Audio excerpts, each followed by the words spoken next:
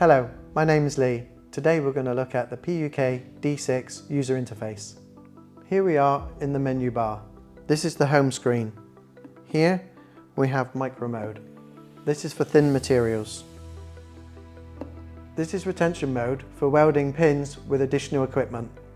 This is fixation mode for resistance welding of two workpieces. Here we use the blue cable into the handpiece, unlike the PUK 6.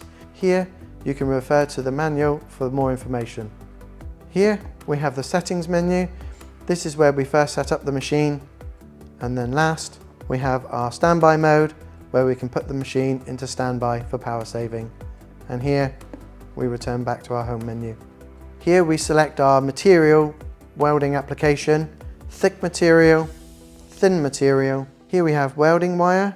Here we have welding into sharp angles, and here we have the low power setting for the orthodontic bands. If we select our welding application, our power and our time is automatically been adjusted. We can make fine adjustments with our power and our time in the blue recommended areas. We also have a red not recommended working area. On our right hand side here, we can now adjust our speed between the welds by simply clicking here. I hope you find the video helpful.